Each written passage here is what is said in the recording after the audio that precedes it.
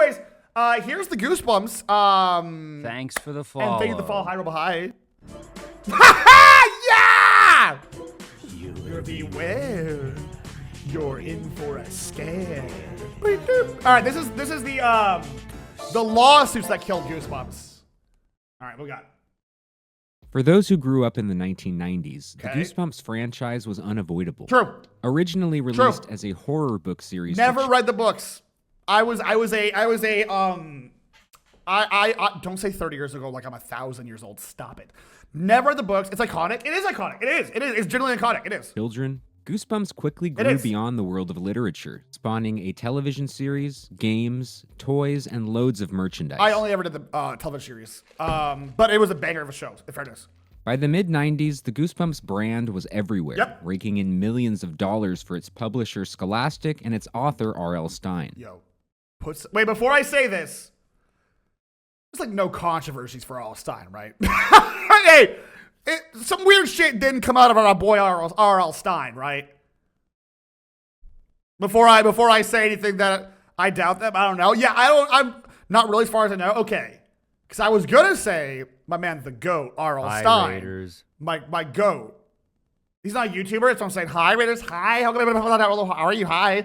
Just lawsuits, not crime stuff. Okay, good. Okay. So I can say my GOAT, R.L. Stine. But as the franchise exploded in popularity, He's not my a God, legal true. battle would manifest between Stine and Scholastic, which would ultimately lead to the franchise's downfall. Was it R.L. R.L. Stine Was it was R.L. Stine that did copious amount of cocaine, or was that who was the other guy? Was it R.L. Stine that did a lot of cocaine, read books, or was it Stephen King? It was Stephen King. Yeah, Stephen King did copious amount of cocaine. I love that everyone's like, yeah, Stephen King. It's Stephen King, 100%. Like, I love that everyone's just like, oh, 100% Stephen King. And his publishing career in the 1970s, serving as the editor for the teen humor magazine Bananas, which was published by Scholastic Press. Sure. In 1984, A lot of the awesome magazine amount of coke? folded, and Stine was encouraged by his editors to dabble in young adult horror, a literary genre sweeping the book world. Okay. By the mid-1980s... a coked out Stephen book tour. He literally justified it by saying it was railing tons of coke. Dude, it's a hard read. Okay, real side note. Stephen King, it's a hard read because there's a lot of there's an orgy halfway through, and it's like about teens and shit. It's a really weird read, man. It's a very, very weird read. You could tell he did coke on it for sure. But aliens, what book? It. Authors like Christopher Under the book, Pike and Lois it's a weird Duncan read, had though. grown to prominence, writing paperback thriller novels aimed at teenagers. Sure. Stine took a crack at it, publishing Blind Date in 1986, followed by a string of standalone teen thrillers. I've never heard of these in my life. Have any of you guys read these? Anyone in chat a reader of Beach Party, The Babysitter, or Twisted? Speaking, wait. Never, nah. I never heard of these till now. These are like some OGs. Babysitter Stine. Oh, have you heard of Babysitter? Huh. As his work gained in popularity, Definitely Stine and his wife Jane set up a publishing company called Parachute Press. Sure. The company worked out a deal with Simon & Schuster to publish their new teen horror series Fear Street, with the first installment, The New Girl. Okay. Okay. Did our boy RL ever have like a patent, like an energy for? You've heard of First Street? Okay, we're getting. By the way, I love these old school covers. I say old school like fucking 40 years old because it is. The New Girl being published in 1989. Love these covers. The series was presented in an anthology. Okay, we got The Secret Bedroom, The Wrong Number, and The Stepsister. Interesting. The Babysitter was a witch. I think it was a plot twist. Got it. With each installment. There's something to following say about different I characters love the within 90s covers fictional so town much. of Shadyside. The series depicted dark themes like murder, hauntings, and psychic phenomena. Ew. And by the early 1990s, Fear Street had soared in popularity to become one of the best-selling book series for young adults. Was my bro just like locked in from the get-go? Okay, so like, you ever get the feeling, chat? Like, there's people in this chat right now that I guarantee could just like, if you had the time to just write a book, you would be a bestseller. Like, I guarantee you. Redwall? I don't know. Wait, what is Redwall? I don't know what that was. Honestly, possibly. Yeah, I think R.L. Stine was dead as just a guy who was like, hey, you should write a book. He's like, yeah, okay. And then it's just a bestseller. Remind me of the old Neil Adams Tarzan covers. Oh, my God, yes. Nobody knows about D&D animated series. God damn it. Stine releasing a new book every single month. Around this time, Stein was encouraged by his wife, Jane, to create a new horror series, this time aimed at children rather than teens. The result was Goosebumps, with Stein lifting the name from an ad he saw in TV Guide. Wait. For an ad. I was reading the Urkel cover there. Sorry. Like Fear Street, the Goosebumps books would be anthological in nature, with each installment featuring a peak. The mask one, so peak. This one I actually did read, I believe. Also worked on Kids' Muppet Show before. What? Dude, Stein's a goat, dude. God damn. This one was peak. And for those who don't know, PapaMutt owns the mask. We just watched a TikTok about that. He owns the actual used mask for the animated show of the mask. Yeah, fun fact. It's really, really cool. That is such a cool thing to have in a collection. Are there any horror films younger audiences these days? There's not. There was... These days, not really, because like the Hollywood just assumes that if you're a teen, you're gonna sneak in, which is bullshit. You didn't know what Redwall is? I don't know. They bring back my childhood. I know. Child protagonist facing sinister supernatural forces. I don't like that one. Goosebumps' target demographic was children ages 8 through 12, and in 1991, Parachute Press signed a deal with the Scholastic Corporation, allowing them to publish the. We got Curse of Mummy's Tomb, Let's Get Invisible. Say Cheese and Diet. The cover of that freaked me out. Monster Blood I never saw. Stay Out of the Basement. Stay Out of the Basement's a classic. Scary as shit. Stay Out of the Basement's horrible. And then Welcome to the Dead House. I remember Stay Out of the Basement's awful. I did not like that one. It was very ghoulish. Dude, these are some peak horror, by the way. I had all these. Stay Out of the Basement was awesome. It's so scary. There's 6 Goosebumps books.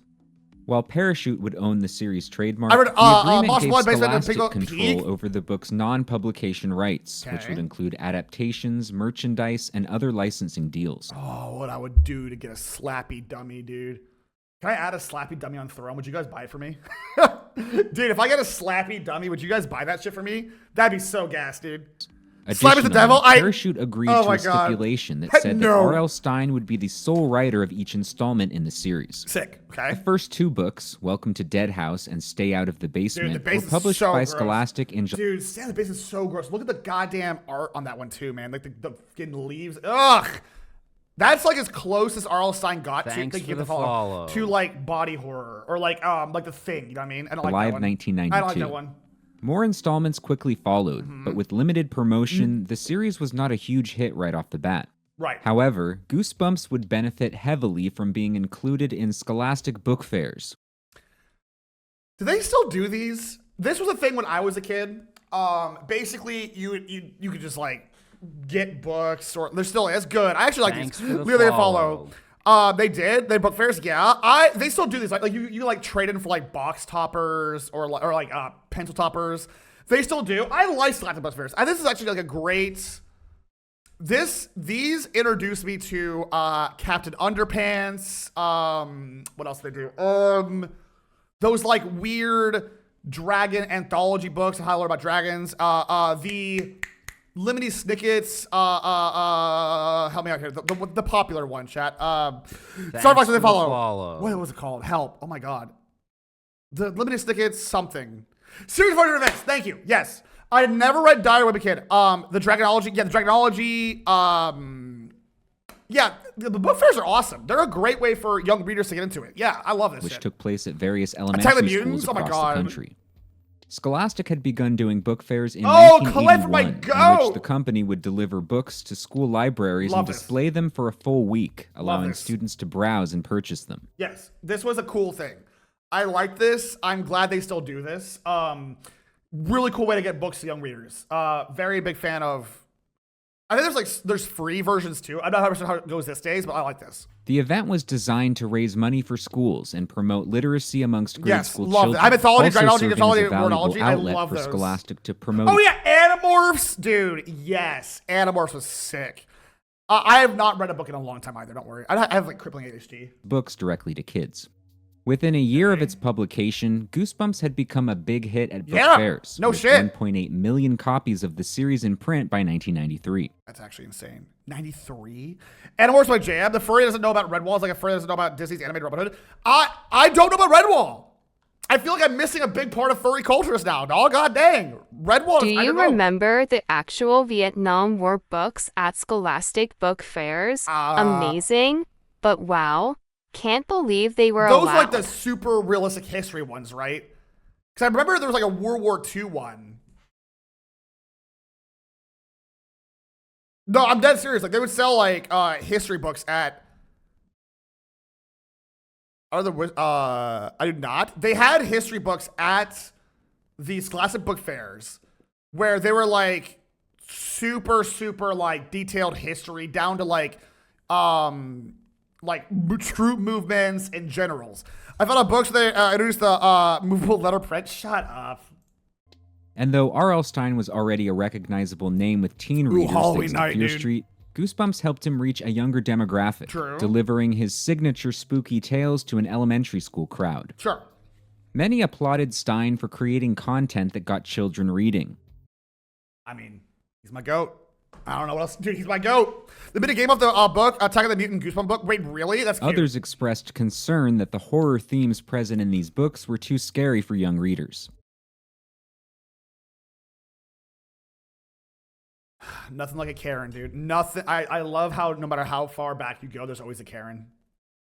Karens are like it's like there's just no matter how far back you go, always a Karen being like, think of the children, and they never read the books.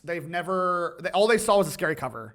It's so. But regardless of what parents and critics thought, one thing was for certain: children of the '90s loved to be scared. True. Goosebumps was delivering the goods. That's me, if you guys even care.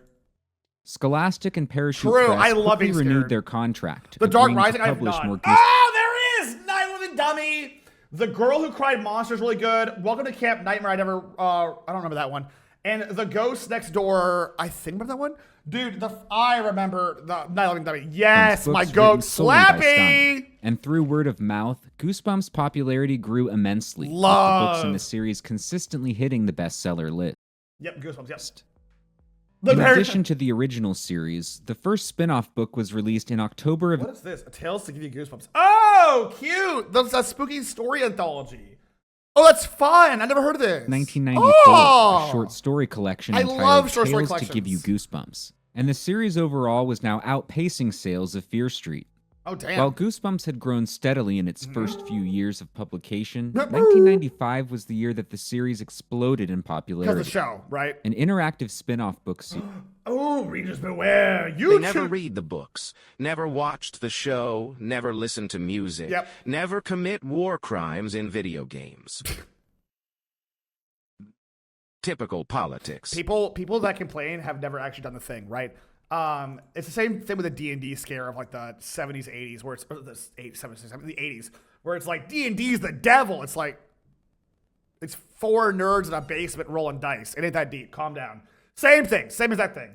Series entitled "Give Yourself Goosebumps" was introduced. This is cool. Between the original book series and its spin-offs, and they made a book to make your own story. Yeah, these to make your own stories, which is I have a core memory of me sitting like this, exact same size and shape, on a school bus on the way to school, playing one of these choose your own adventure books. They're really neat. Shipping out 4 million copies of Goosebumps books every single month, as the series now had over 70 million copies in circulation. God dang. Fall of 1995 would see the premiere of the Goosebumps television series, produced by Scholastic Productions. The pilot episode. Yes! An adaptation of the 11th Goosebumps book. Hunter Hancock, aka PapaMutt, has this mask. So cool. The mask is so gross. I hated the mask episode. It's so yucky. It was very scary. Love it. It still holds up pretty well. These hold up pretty well, by the way. ASG's been around forever. Exactly. It's so gross. I love it. The Haunted Mask. We're trying to hang out that cry panic slot on the Fox network before moving to its regular time slot. Ew, this one too. Ew. Friday afternoons during the Fox Kids block. The series received high ratings and positive viewer feedback, prompting the creation of yet another spin-off book series. Camp Nightmare, The Cuckoo Clock of Doom, and Be Careful What You Wish For. I remember the first one. I'm pretty sure. Is based on the TV episodes entitled Goosebumps Presents. In 1996, Scholastic began releasing episodes of the TV series on VHS. Good times. And the franchise was now expanding beyond books and TV, with various products being released bearing the Goosebumps logo. Oh, what a core memory for like 90s kids, dude. Like if you're a 90s kid, you probably have at least have a little osmosis about this. It's so nice. In July of 1996, Scholastic announced a $40 million deal with the Pepsi Company to promote Goosebumps through various Pepsi-owned products. What? Miniature Goosebumps books would be included in 30 million bags of chips. That'd be so fucking cool. Why don't we do that anymore, man? That's sick. The mini books dude, we gotta, I know it's like, oh my God, the kids will eat the book. Oh my God, it's such a cool idea. And millions of dollars worth of ads on TV would draw attention to the promotion. Goosebumps merchandise was being pumped out left and right, and brand exposure was free joys and efficient, the capitalism, true. The series had begun as an organic word-of-mouth choking hazard. Yeah, imagine being a kid. You're like, is this a chip? Okay. Just eating the chip, like, it's just having a choking on the fucking book. It's just stupid. Phenomena and quickly turned into a mainstream multimedia brand. Look at my go! And Scholastic as a company had benefited immensely from the franchise, reaching $1 billion in sales and being dubbed the Disney of children's book publishing. I mean, okay, back in the day, that rules. I think it was for fall. Back in the day, that's a good thing.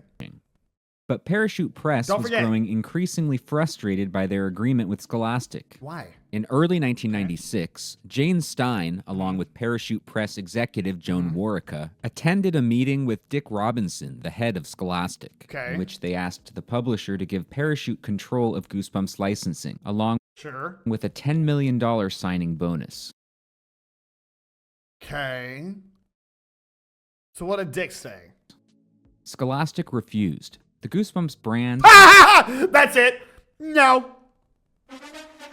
God damn it, dude. Classic Dick move, am I right? Including all of its licensing deals. Yeah, only $10 million? For half of the company's profits. Oh. Relations between Parachute and Scholastic quickly deteriorated. If it's half the profits, dude, I would be worshiping the toes of R.L. Stein. Are you kidding me? If they're making my company half my profits, R.L. Stein's toesies are getting massaged daily. 10 million decades ago? Yeah, and they made $1 billion decades ago. You know what I mean? One former Scholastic employee telling the press, World War III began that day, and it killed the brand. Oh. Despite their differences, the two sides signed a new deal in November of 1996, which gave Parachute control over the negotiation of licensing deals, with Scholastic having the right to approve or deny the deals. It's a weird thing from Scholastic. That's so... Have you seen the new Disney Plus Goosebumps? I have not.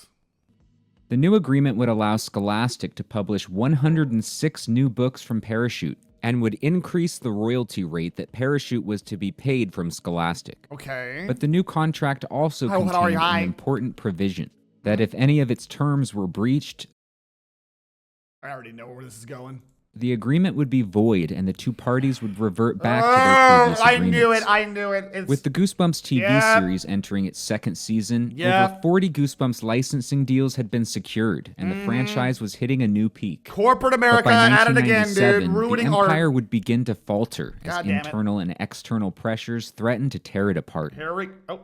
In February that was a weird cut. 1997, Scholastic announced to investors that sales of Goosebumps books were unexpectedly declining. Okay. I mean, that's the thing. This is why I hate capitalism, among other reasons. There eventually, you can only stop going up eventually. Like, there's a certain point where the number can't go up anymore. Like, you've reached so high, and you can't go up anymore. Like, that's just, it's inevitable. Which would result in the company's stock values dropping.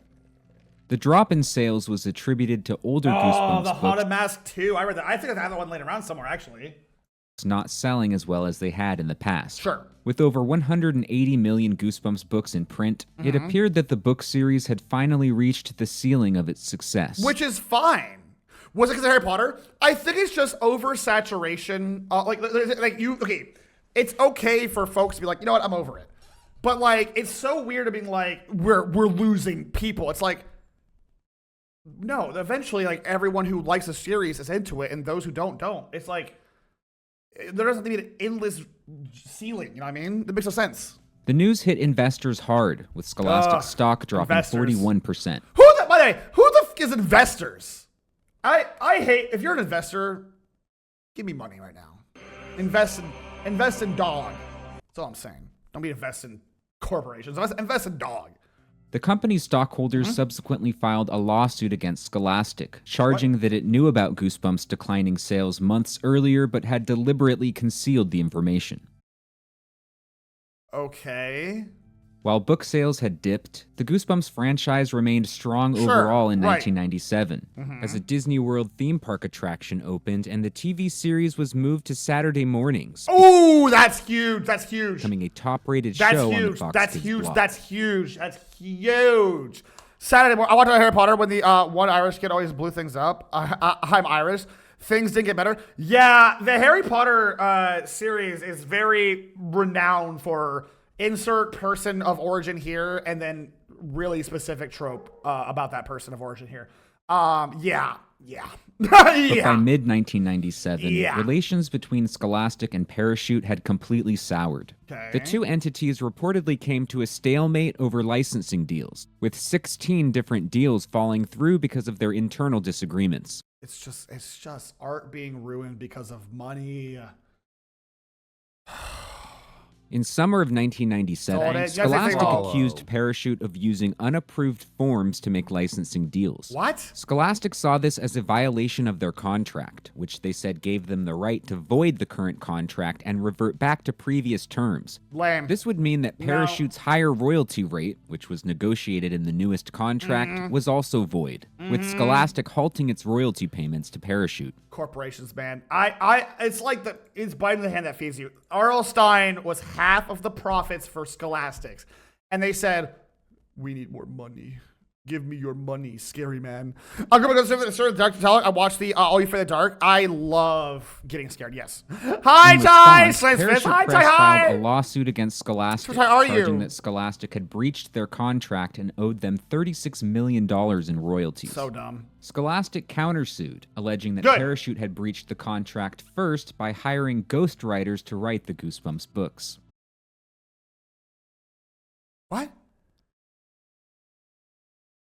Huh? I'm good?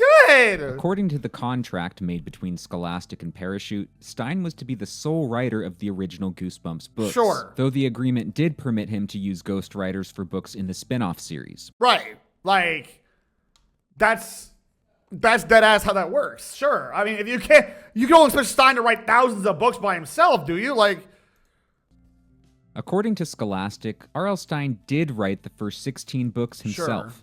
However, starting with book number 17, Why I'm Afraid of Bees, Scholastic claimed that Parachute began hiring ghostwriters who would be given a 10-page outline from Stine and turn it into a full manuscript of around 120 pages. Is this true, chat? Is this true? Is my goat Stine truly not the goat that we let it leave? I know it's a serious ghostwriter with the Goosebumps. Maybe laugh. That's fair. No idea. That's normal. I mean... He could literally be bees. I don't know. That's interesting. I don't know. I mean, Stine hated the shit out of kids. These ghostwriters allegedly made a majority of the creative decisions, while Stine would review the manuscripts and make minimal revisions before publication. Okay, I mean, again, you can't expect him to do everything, right? Maybe normal the violation of contract, he did use ghostwriters. Okay, I understand that. Okay, I get it. Scholastic claims that Stine was working more as an editor rather than a writer, sure, thus breaking the terms of their contract. Okay, that's Scholastic true. even claimed that the declining sales of the Goosebumps books were a direct result of Stine employing ghostwriters. If true, weirdly, Scholastic is in the right.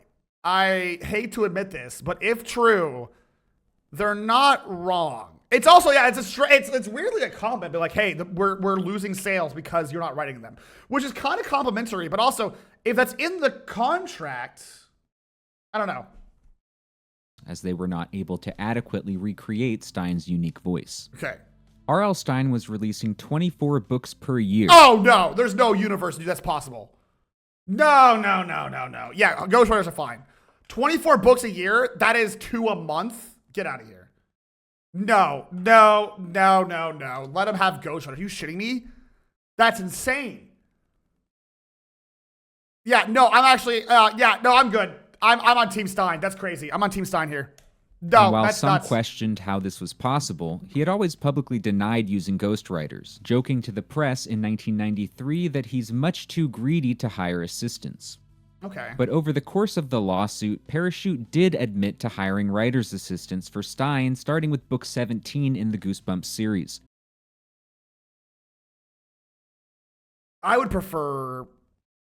That's so many fucking stories, though, no? I don't... Oh, my God. In order to meet deadlines and allow Stein more time to make promotional appearances. Deadass. I think Stein should have, if I had it my way, Stein should have done like 6 books a year if he wanted to keep going crazy with it. And then 2 books a month is impossible. It makes no sense. It's just shitting them out. What was the average length of these books? They're not long. They're actually not that long.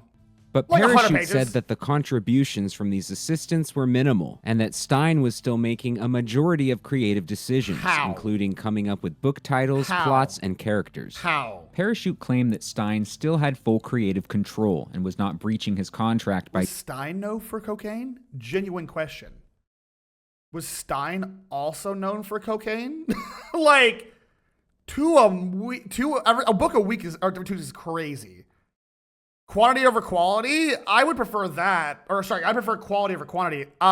Would kids even read 2 books a month? I don't even know how you're able to do that. It was the 90s. You're right. Assistants, which they said was common industry practice. You know for cocaine? That's why he needed the ghostwriters? Oh, true. Limbo, and both sides retaining some ownership of the brand, it was unknown how things would continue. In October of 1997, Scholastic went ahead and published the latest Goosebumps book, a spin-off entitled Goosebumps Triple Header. The book would include 3 original short stories, being presented by a triple-headed monster named Lefty, Righty, and Slim.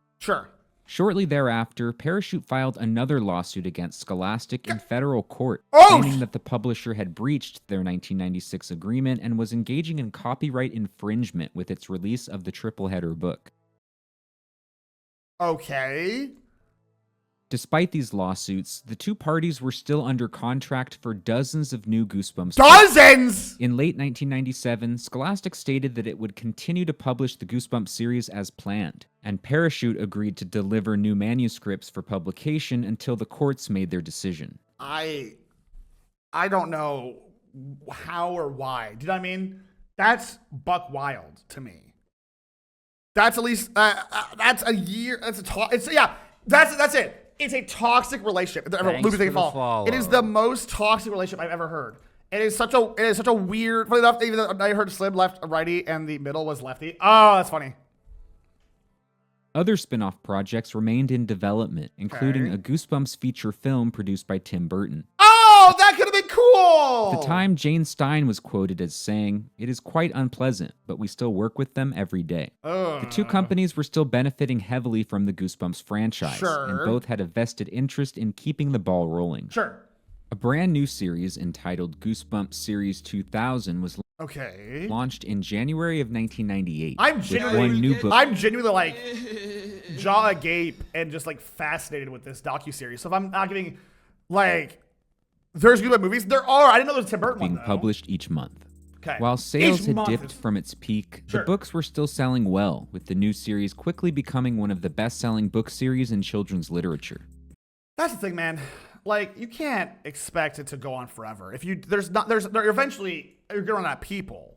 Like, the Goosebumps TV series also continued to do well, with the show expanding to air 6 days a week on the Fox Kids block. Hell yeah. But by 1998, the block overall was succumbing to increased... Fox Kids? Do I remember this? I don't think I do.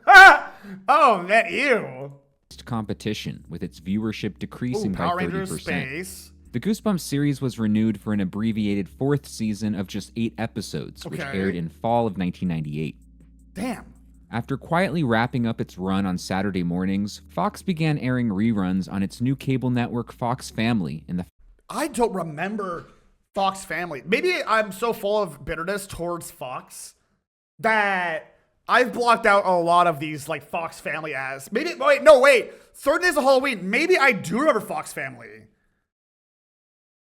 I remember Saban did a damn good ad assembly. Oh, I see. Fox Family had all good Halloween movies. Dang man, that bitter. I mean, listen, I'm full of hatred.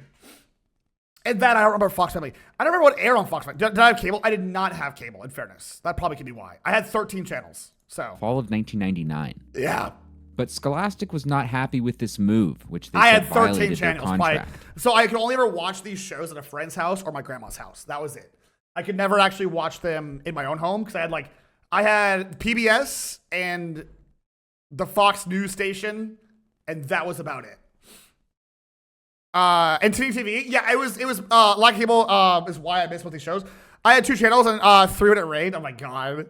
Fox Family sold Disney to Scholastic claimed that it was entitled to the profits Fox made from distributing the series to other TV outlets, while Fox maintained that Fox Family was a part of their network, thus not subject to any further fees. What? So yet another lawsuit was initiated, with Scholastic suing Fox for copyright infringement and seeking $2.7 million in damages. The TV series... These numbers are so fake, dude. These big companies sue each other. It's all fake numbers, dude. Your TV have a remote? Just come to the room and fix the antenna? Shut up. I'll have you know that my TV... Well, okay.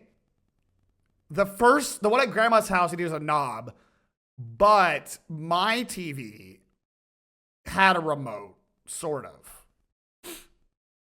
Continued to air in reruns on Fox Family until 2001, and reportedly sold very well on home video. Ooh. It's unknown they moved if all the kids' shows off of UPN and moved them to Fox Family, which was only on cable. Kimmy didn't have cable, so all my favorite shows disappeared. I suspect a lot of my knowledge of these shows came from staying at my grandma's house for the weekend and stuff like that. Didn't have a TV with a remote until like 2008. Yeah, I didn't actually have a TV until like remote TV for a long time.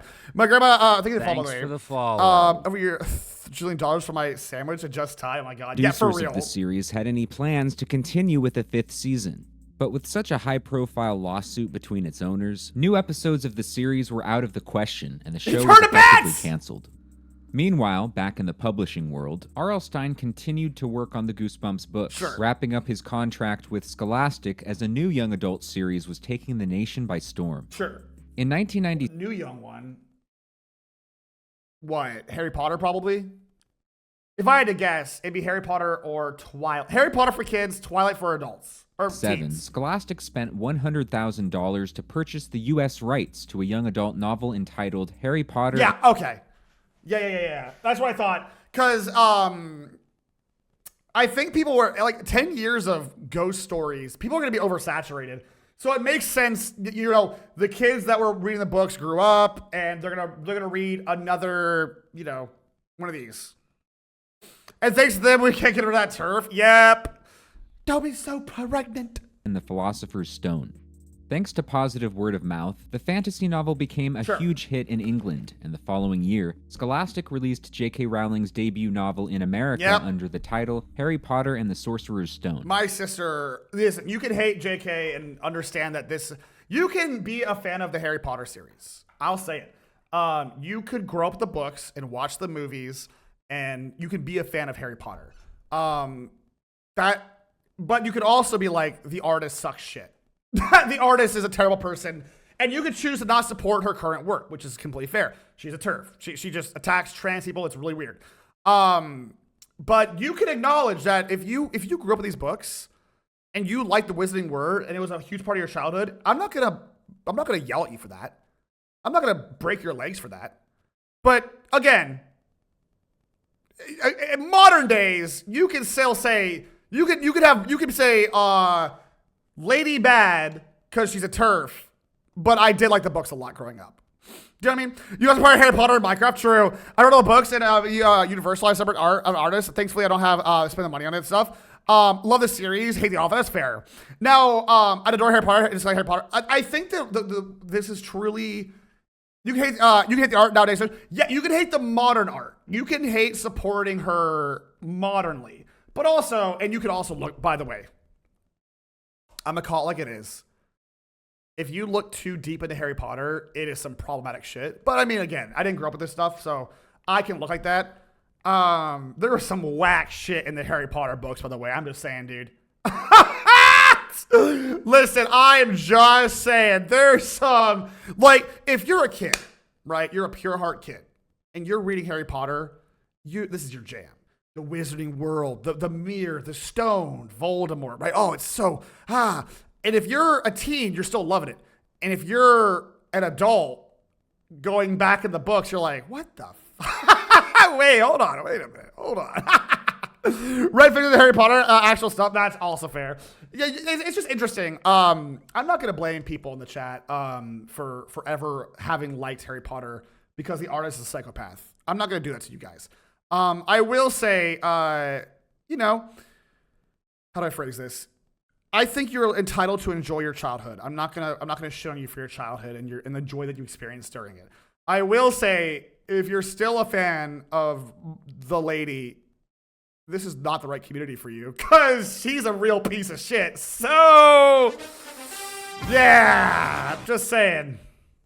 Matching its overseas success, the book became a bestseller in the U.S., topping the New York Times bestseller list in 1999. Hogwarts? Yeah. Hogwarts? That's a funny way to spell trans rights. Trans rights are human rights, baby. Human rights. 2 Harry Potter sequels were published by Scholastic that same year, and though the Goosebumps franchise was still tied up in court, the publisher had found a new cash cow to milk. Yeah, this was R.L. Stine and Parachute Press continued delivering Everywhere. Goosebumps 2000 and Give Yourself Goosebumps books, but These the were- writing was on the wall for the series. Sales had declined to just 200,000 copies per month. In fairness, Goosebumps had a great ride. So you can also, like, it's okay to do 10 years of a million books and be proud of that, you know what I mean? As the series had been overshadowed heavily by Harry Potter, along with another Scholastic young adult series, Animorphs. Now we're talking about peak. Listen, I never really got into Harry Potter. I was never really, like, into... I watched the movies. I think that some of the movies were good. But man, Animorphs, that shit was peak, dude. Hell yeah. To put it simply, I in never the ever-evolving world of children's entertainment, Goosebumps was old news. Yep. Moving on from Scholastic, R.L. Stine and Parachute signed a new deal with HarperCollins, which would release Stine's new young adult horror series, The Nightmare Room. Never heard of this, sorry. Along with a brand new 12-book Goosebumps series entitled Goosebumps Gold. Never heard of this either. HarperCollins initially planned to release both series in the year Give me an 2000, HBO series, with the first please. Nightmare Room installment being released in August. This looks kind of sick. Damn, that cover's kind of metal, huh? Ew, that cover rules. I remember this TV show, PTC for Kids, let's go. Yeah, the show was kind of haunting. But in late 2000, the release of Goosebumps Gold was postponed without explanation. Artist Tim Jacobus, who had created the cover art for most of the Goosebumps books, posted a page on his website promoting the Goosebumps Gold series for release in 2001. His art's great. The website even gave a preview of... I love this style of art, dude. Love this style of art. We said it earlier. This dude's art, who did like most of it, is just so cool. First 2 installments, but the series was canceled before its release. Man, I love due that. to the ongoing litigation between the Skullry Scholastic Slays, and Parachute so about sick, the rights dude. to the series. After the final Goosebumps books were published in the year 2000, the series would lay dormant for several years. Sure. Scholastic's revenue... I suspect, if they haven't already, Goosebumps is going to work on like some new cinema for nostalgia bait. And I would watch it. If they did a, like, well, we're coming back 2026, new Goosebumps, I'd be there. I'd watch that shit, sure. There are 2 movies, and then there's a few movies, continued to grow significantly with the Harry Potter series, Goosebumps, that's what I'm now saying. a global phenomena that had far surpassed Goosebumps' success. Yep. It wasn't until 2003 that the complex web of lawsuits plaguing the Goosebumps franchise finally came to a conclusion. Okay. First, in January of 2003, Parachute Press and Scholastic came to a settlement, with Scholastic agreeing to pay Parachute $9.65 million for the rights to Goosebumps and its trademark. I mean, that's what they asked for. That's what's ironic, dude. Is didn't they ask for $10 million at the beginning? Scholastic was just being dickheads. Didn't they just ask for $10 million from the get-go? That's the irony of this, dude. They literally asked for that, like, 7 years ago. What a fucking joke. I hate corporations. Oh my God. And in June of that year, oh yeah, they did have Weird Jack Black. You're lost right. its case against Fox regarding the airing of Goosebumps on the Fox Family Channel. Get wrecked. The irony is that by the time these lawsuits were settled, much of the public interest in the Goosebumps franchise had died out. Yep. As the book series ended in the year 2000 and the TV series stopped airing in 2001, sure. Goosebumps... It stopped airing in 2001 because... it wasn't... Harry Potter came out. That's why. Harry Potter was very popular. Had lost much of the potency that had made it so popular back in the 1990s. Is that a furry? However, copies of Goosebumps books still existed in schools and libraries Hell across yeah, the world, they did! And new generations of young readers would continue to discover the series for the first time. Better throw your money while also just have the IP die anyway. Yeah. November of 2003, Scholastic began re-releasing books from the original series with slightly modified covers. Why? I mean, they're like making it more modern looking. All right, that's fine. I mean, okay. Furry! Goosebumps continued to sell around 2 this like gooey Nickelodeon gack-ass looking thing. Yeah, okay. million copies per year. And the franchise overall received a boost when reruns of the TV series began airing on Cartoon Network in 2007. Yeah! In 2008, Goosebumps was resurrected as Goosebumps Horrorland, a new book series with R.L. Stine at the helm. Sure. The series ran until 2012 and was followed... 2012 is not bad. I never heard of this one, though. A second Potter has hit the publisher is crazy. ...by 3 more series, including Goosebumps House of Shivers, which is still being published today. Oh! How many books has my man made? And the long-awaited feature film adaptation of Goosebumps finally came to fruition in 2015. I saw this one. It had Jack Black. Yeah. Jack Black portraying a fictionalized version of Stine. I watched this one. I forgot all about it. To this day, R.L. Stine maintains that he wrote all of the Goosebumps books himself. If he genuinely did it himself, I am so flabbergastedly damned impressed. That is, if he genuinely wrote 2 books a month for like 50 years, whatever, this is insane. Saying that he only used outside writers to help with the outlines. That's insane. And while we may never know the extent to which ghostwriters were employed, it's clear that Stine was always the driving force behind the franchise. Agreed. Creating an iconic world that continues to captivate readers to this day. I think he could probably retire, no? He could have retired years ago. He's probably worth millions, no? He could genuinely retire. Over 30 years after its initial inception, Goosebumps is still going strong, pumping out books, films, and TV series. Sure. But there's no doubt that Goosebumps' peak as a cultural phenomena was in the 1990s. Yep. Before all the hype that transformed the series into a global franchise, Goosebumps was simply a book on the shelf, able to enthrall young readers through... I think it's still good. I was all stoned, the Coke was stronger. I think Goosebumps is a cultural zeitgeist moment where a lot of people look to Goosebumps and they're like, this was my jam. And it did shape a generation of enjoyers of the horror medium and reading. And for that, Stine should be proud. I don't know about modern day Stine, but I think this is peak. Catchy titles, imaginative it got something to do horror. It did. It really did. Plots. While Goosebumps was never high-level literature, it got kids reading, creating a new generation of book lovers. Those are some small books. I think 100 pages. And leaving a lasting impression on its audience. It was good stuff. While the lawsuits certainly slowed the franchise down, Goosebumps has embedded itself into the fabric of American culture and will not soon be forgotten. Hoo-yah. If you enjoyed this video... I did. That was a great video. This, again, was a video from Channel Surfer. I think... As always, corporate greed ruined a good thing, but also kids grew up. Like sometimes it's just genuinely, how did Goosebumps get killed? No, it was a lot of legality, litigation, a lot of back and forth between Scholastic and their publisher. I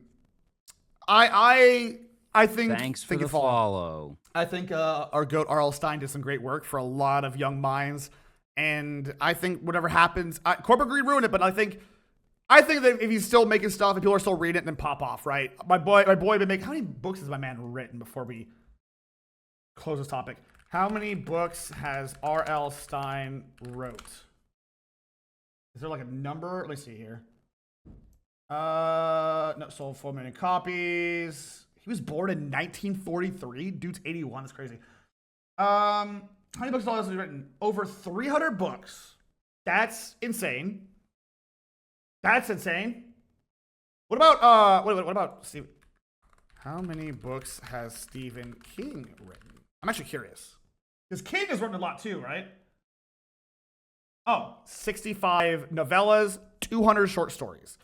No, R.L. Stine's a freak.